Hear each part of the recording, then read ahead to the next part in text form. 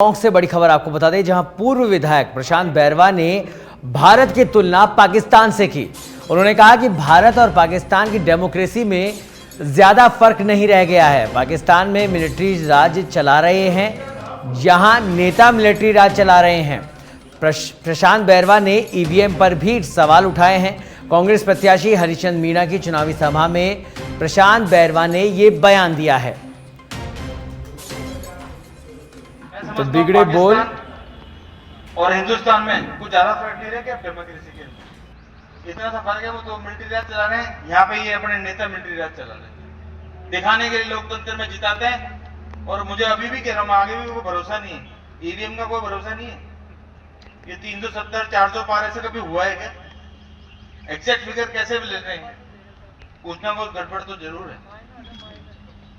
आप election commission के 2 लोग छोड़ के भागे, चीफ इलेक्शन कमिश्नर था, वो छोड़ के भागे, कुछ ना कुछ गड़बड़ कराने की कोशिश की होगी। अब क्या सच्चाई है तो भगवान जाने। तो नेताजी के बिगड़े बोल और लोगों के बीच में बैठ के भारत की डेमोक्रेसी की तुलना वो पाकिस्तान की डेमोक्रेसी से कर रहे हैं। और इस खबर पर अधिक जानकारी के लिए हमारे साथ जुड़ गए हैं हमारे संवाददाता भूपेंद्र। बिगड़े बोल हमेशा चुनाव में देखने को मिलते हैं। यहाँ प्रशांत बैरवा जहाँ पाकिस्तान की जो डेमोक्रेसी है उसकी तुलना हमारे देश की डेमोक्रेसी से कर रहे हैं, इस पे क्या कुछ रिएक्शन लोगों का मिला? प्रशांत बैरवा का कोई बयान आया कि इस तरह की चीज जो स्टेज से वो बोल रहे हैं वो नहीं बोलनी चाहिए थी? जो बताना चाहूंगा कि पूर्व जो विधायक है प्रशांत बैरवा, उन्होंने कल निभाए में जो कांग्रेस के प्रत्याशी है हरीश मीणा, उनके समर्थन में जो जनसभा थी उसमें भारत की और जो तुलना थी वो पाकिस्तान की डेमोक्रेसी से कर दी। और ये भी कह दिया कि पाकिस्तान में जो मिलिट्री राज है, यहाँ पर नेताओं का जो मिलिट्री राज चल रहा है। लगातार ईवीएम पे भी उन्होंने सवाल उठाए।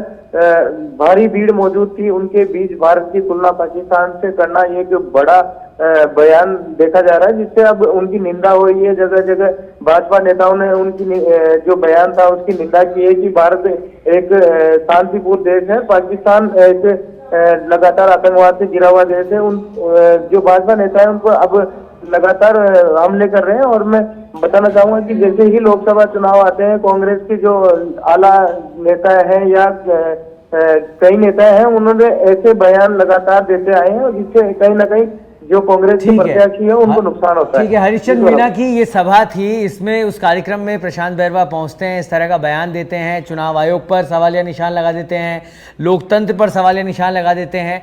हरिचंद मीणा का कोई रिएक्शन इस पूरे मामले को लेकर? जब अभी तक हरिचंद मीणा का कोई रिएक्शन नहीं आया। और जो ग्रामीण है जो वहाँ बैठे मौजूद थे भाजपा नेताओं का ये बयान सामने आया है कि ये उनकी बौखलाहट है। कहीं ना कहीं अभी से 1 महीने पहले ही उन्होंने कहीं ना कहीं हार मान लिए, इसलिए उल्टे सीधे बयान देकर वो ध्यान आकर्षित करना चाहते हैं। जी ठीक है, तो अभी वहां पर इस चुनावी सभा को लेकर लोगों के बीच में क्या कुछ चर्चाएं हैं?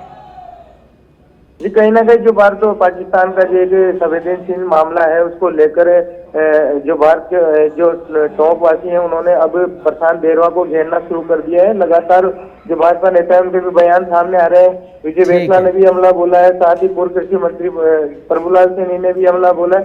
अब जो ग्रामीण है उन्होंने भी। ठीक है, चलिए बहुत बहुत धन्यवाद भूपेंद्र इस तमाम जानकारी के लिए।